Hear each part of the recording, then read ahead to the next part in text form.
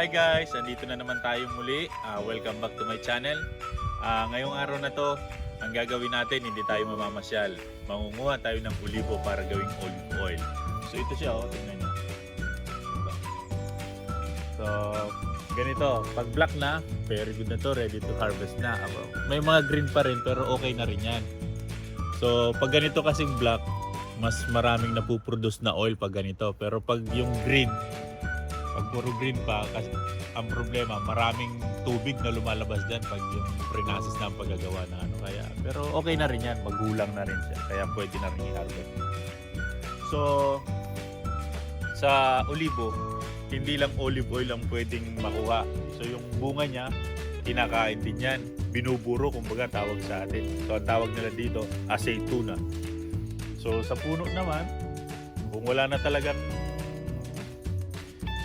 pakinabang o hindi na siya namumunga o mamamatay na siya, pwedeng panggatong sa chimney. So yun yung pwedeng gawin sa puno ng olibo. So tara, manguha tayo. Actually, ang pangunguhan nito, kalimitan pag yung maramihan na, ginagamitan siya ng makina para kunin yung mga bunga. Kumbaga may makina na parang pinapagpag lang yan. Pero dahil dito, wala tayong makina dahil kukunti lang to, mga 20 puno lang yung nandito. So, pang personal consumption lang yung makukuha dito. Kaya, manual natin kukunin yung mga bunga. Tara!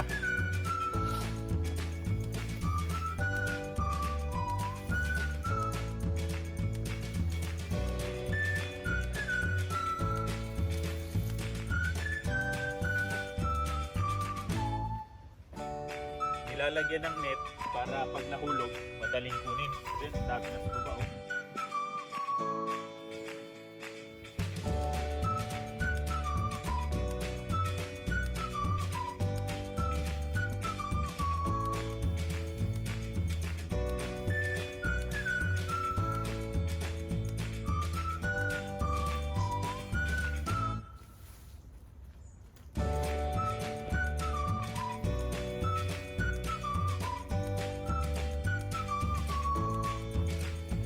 Yung iba, yung net nila, pag yung maramihan na talaga,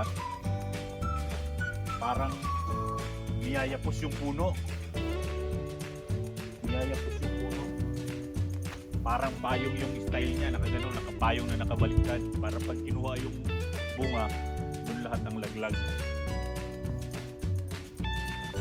Dito, ganito lang.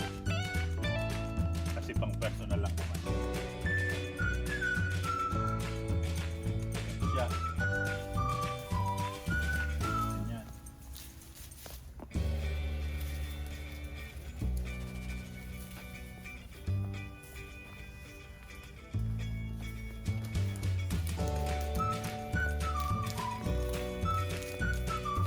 Para siyang duhat.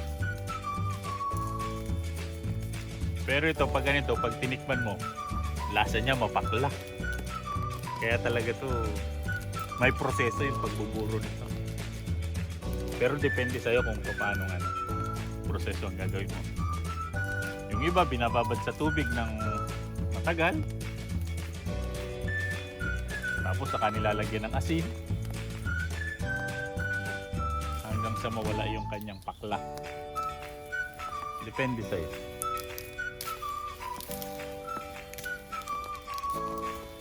Ayun o, dami na sa baba.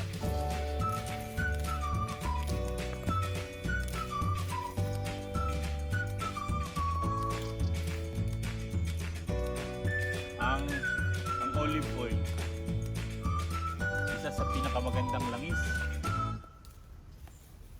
So, marami siyang gamit. Pwede siyang gamitin sa pagluluto.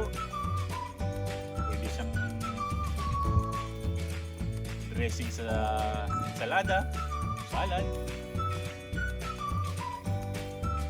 Pwede siyang panlagay sa buhok, pampahid sa katawan. Depende sa'yo. Sa tutag naman. Pero the best siya.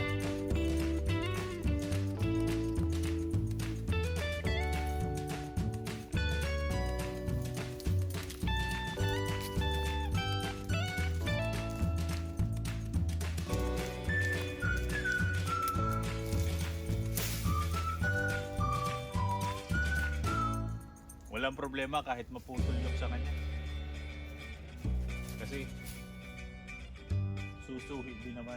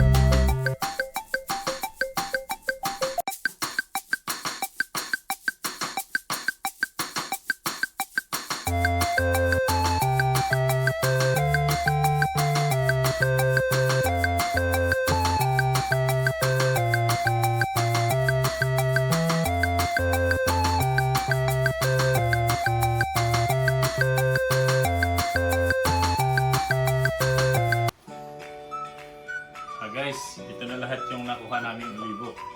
So dadalhin natin lang sa pagawaan para maging oil. Dami rin siya.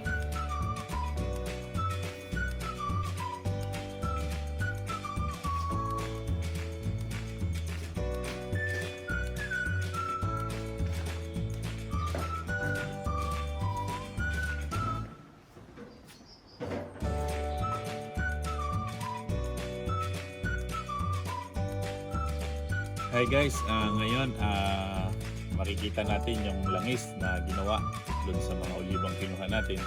So hindi tayo nagkaroon ng pagkakataon na bigyan ito ng magandang shoot kasi doon sa pabrika bawal kunan kasi sa pandemic na nangyayari. Bawal pumasok sa loob. So ito yung mga na-produce na langis. Bali, kada isang bottle 5 liters siya. So nakakuha tayo ng bali 25 liters. So marami-rami na rin yan.